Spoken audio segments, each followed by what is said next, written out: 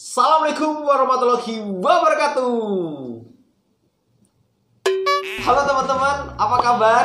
Semoga kalian di sana selalu sehat dan selalu semangat dalam belajar. Spesial di video kali ini, kakak mau membahas soal-soal yang super duper kayak wafer, yaitu melanjutkan pembahasan soal TPS UTBK tahun 2020.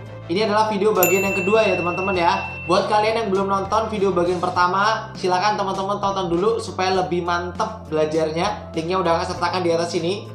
Oke teman-teman, silakan teman-teman yang mau download soalnya sudah aku sertakan di kolom deskripsi. Silakan kalian download dan kalian kerjakan soalnya. Nanti kita bahas bareng-bareng ya. Tapi jangan lupa tinggalkan jejak kalian dengan cara klik tombol subscribe, like, dan share ke teman-teman kalian supaya channel pendidikan ini terus berkarya dan bisa membantu kalian sukses UTBK tahun 2021.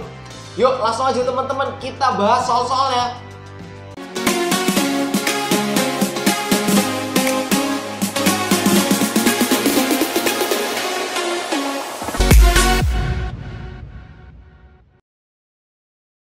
Soal nomor 1, kata sandi sebuah komputer terdiri atas 4 simbol berbeda disusun dari 2 angka dan 2 huruf vokal dengan pola seperti pada gambar. Yang pertama teman-teman, polanya angka, lalu huruf vokal, lalu angka, lalu huruf vokal.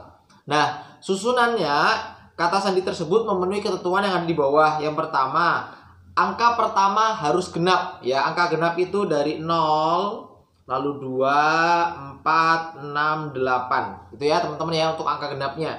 Angka kedua berasal dari 0, 1, 2, 3, 2, 4, 6 gitu kan. Dan huruf pertama bukan U. Berarti kalau bukan U kita tulis dulu. Berarti ada A, I, U-nya enggak, langsung E, O gitu ya teman-teman ya.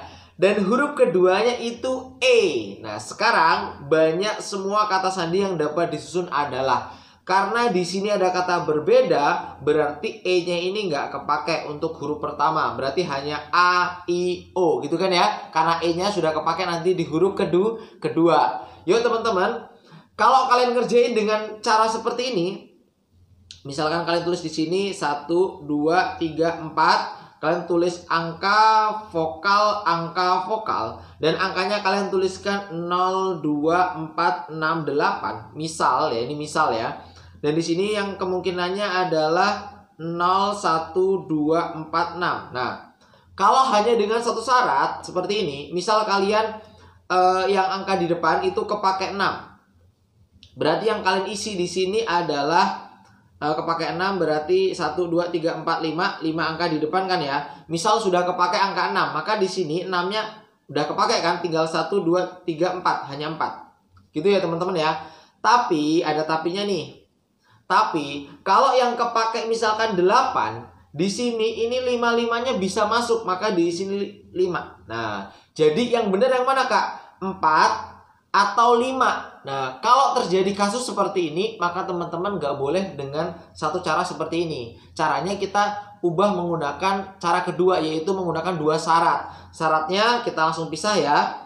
1, 2, 3, 4. Oke, ini syarat pertama, angka vokal. Dan syarat keduanya, angka vokalnya. Hati-hati ya teman-teman ya. Caranya gini. Yang pertama, angkanya itu hanya 0, 2, 4, 6. Gitu ya. Karena 8 tadi bermasalah ya ketika kita menggunakan angka 8 kan. Nah, di sini 8. Nah, jadi ada 2 syarat ya. Di sini tetap 0, 1, 2, 4, 6. 0, 1, 2, 4, 6. Di sini A, I sama O, di sini E. Oke, ini sama A, I sama O, di sini E. Sekarang tinggal teman-teman jawab aja. Caranya mudah. 0, 2, 4, 6 untuk yang pertama. Yang pertama ini ya, 0, 2, 4, 6. Maka kemungkinannya adalah 4. Nah, paham kan ya? Ada 4 angka yang mungkin bisa kita isi untuk angka pertama. Nah, sekarang vokalnya ada 3. Oke, A, I, O gitu kan ya. Dan angka yang berikutnya, karena ini berbeda ya kan, misalkan kepake 0 di depan, maka ini udah nggak bisa dipakai lagi 0-nya gitu kan. Maka ini tinggal 4. Oke, tinggal 4. Di sini E-nya 1. Kaliin aja. 4 kali 3 kali 4 sama dengan 48. Paham ya? Udah pernah Kak ajarkan di video Kak sebelumnya ya, tentang kaidah pencacahan. Buat kalian yang belum nonton, silahkan tonton dulu ya, biar tanpa paham. Nah, sekarang ini kan 8 cuma 1, berarti isi 1, ini 3, ini 1, 2, 3, 4, 5. Ada 5 isi semua, ini 1, maka ini jadinya 15. Sudah 48 dengan 15, karena ada 2 kemungkinan atau 2 syarat, maka teman-teman jumlahkan aja. Ini 3, ini ketemu 6. Dah, jawabannya apa? Jawabannya yang C. Di privat Alfaiz biasanya nomor 1 selalu yang C. Kenapa sih, Kak? Karena C itu cinta.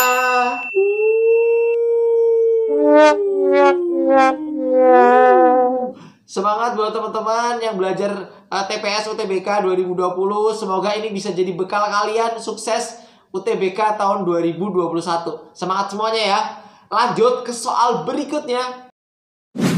Soal nomor 2. Bilangan A bersisa 2 jika dibagi 7 dan bersisa 3 jika dibagi 4. Di antara bilangan berikut yang mungkin merupakan nilai untuk A adalah. Nah, ini adalah salah satu soal UTBK tahun 2020 yang ini menjadi tugas di video Kak sebelumnya ya. Caranya ini mudah, kita tulis dulu persamaannya. A dibagi 7 sisa 2, A dibagi 4 sisa 3. Dah. Langsung kita cek angkanya. Yang pertama 23. Langsung teman-teman masukkan aja 23. 23 dibagi 7. Oke. Sisa berapa? Nah, buat kalian yang mohon maaf belum bisa ngitungnya seperti ini, pakai metode porogapit ya. Bagi 7 ini sama dengan 3, 2, 1 gitu kan ya. Dikurang 2. Nah, ini adalah sisa. Jadi bagian yang bawah itu adalah sisanya. Maka sisanya adalah 2. 23 bagi 7 sisa 2. Berarti benar, memenuhi syarat ya. Nah, berikutnya 23 dibagi 4.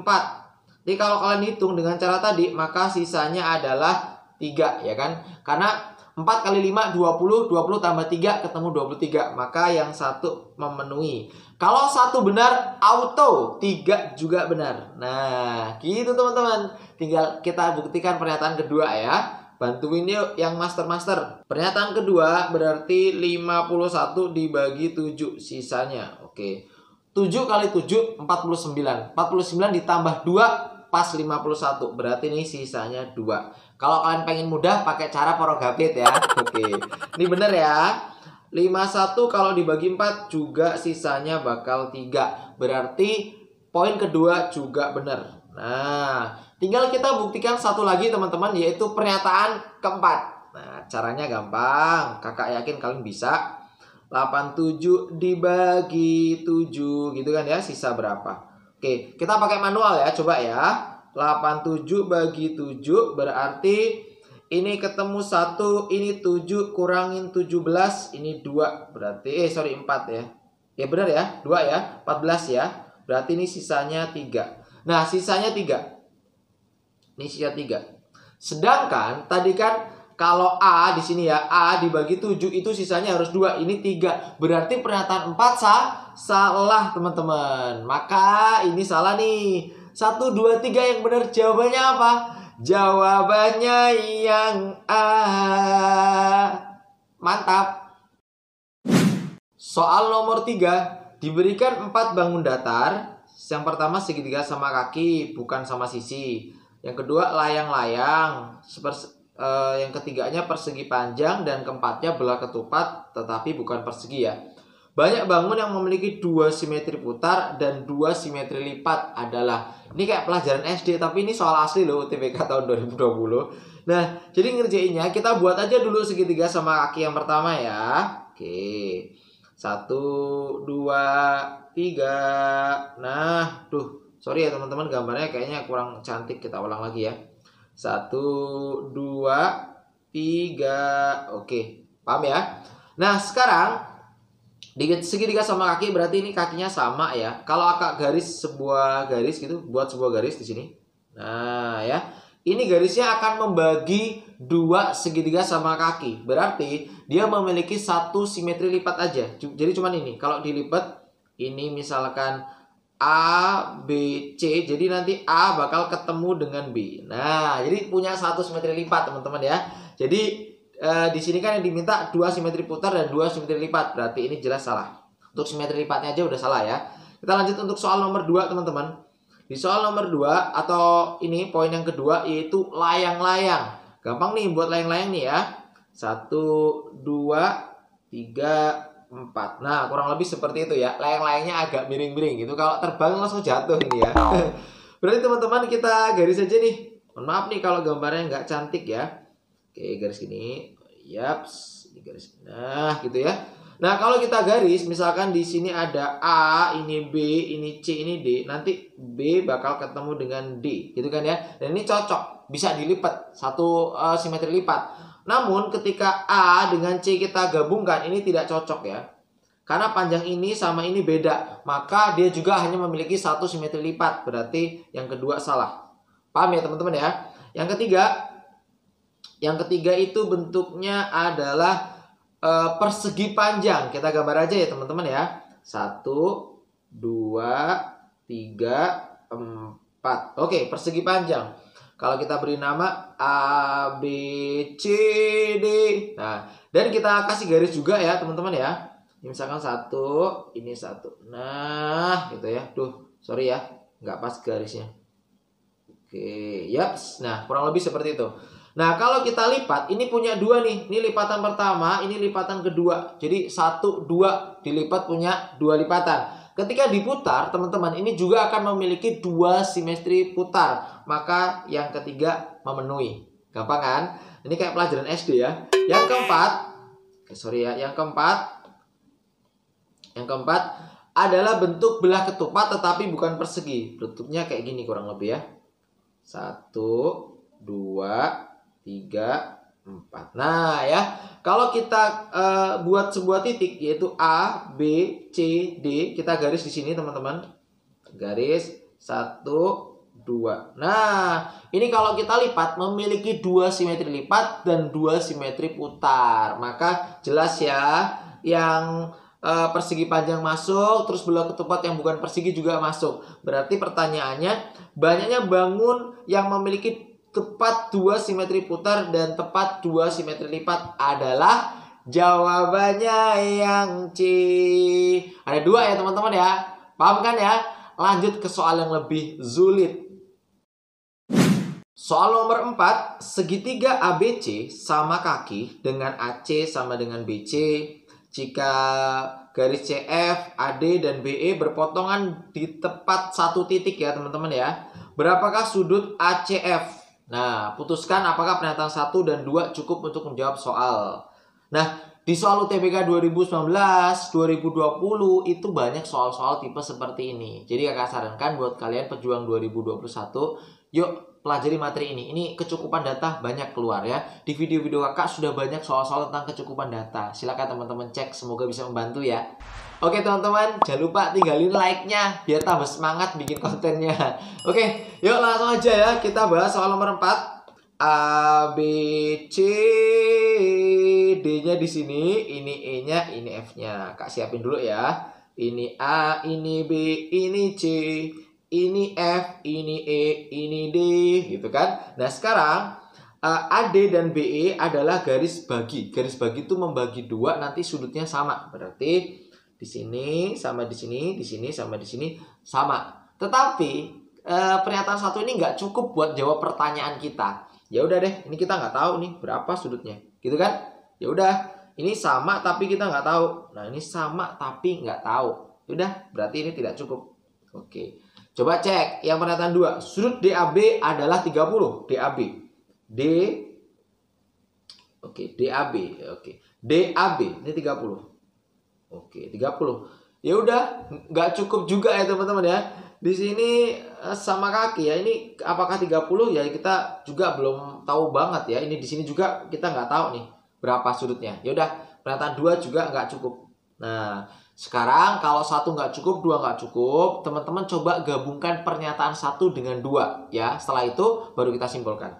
Sekarang ya kita gabungkan ya 1 dan 2. Oke, 1 dan 2 berarti kalau sini 30, kan sini kan sama tadi ya, membagi 2 ya. Ini kan garis bagi, berarti sini juga 30, sini 30, sini 30 karena sama kaki. Berarti ini 60 totalnya ya, ini juga 60. Nah, oke. Segitiga yang kakinya 60 berarti sininya bisa kita cari ya. Sudut ACB yaitu besarnya apa teman-teman? Besarnya tinggal 180 kurang 60 tambah 60 sama dengan 60. Gitu kan ya? Karena yang ditanya adalah sudut ACF, maka tinggal setengah kali 60 sama dengan 30. Sehingga pernyataan 1 dengan 2 kalau kita gabungkan bersama-sama bakal cukup. Maka jawabannya yang mana teman-teman? Jawabannya yang C. Mudah kan? Lanjut ke soal berikutnya.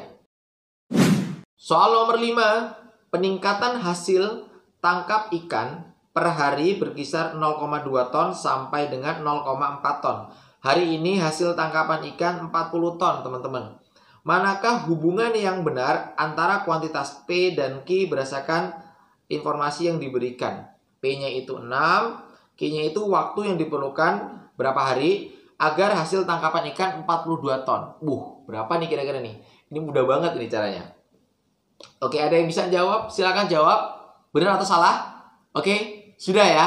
Kita cek jawabannya. Nah, ini kan kita punya 40 ton ya. Setiap hari itu nambah sekitar 0,2 sampai 0,4 ton. Nah, berarti kita butuh biar jadi 42 ton kita butuh 2 ton. Nah, ya.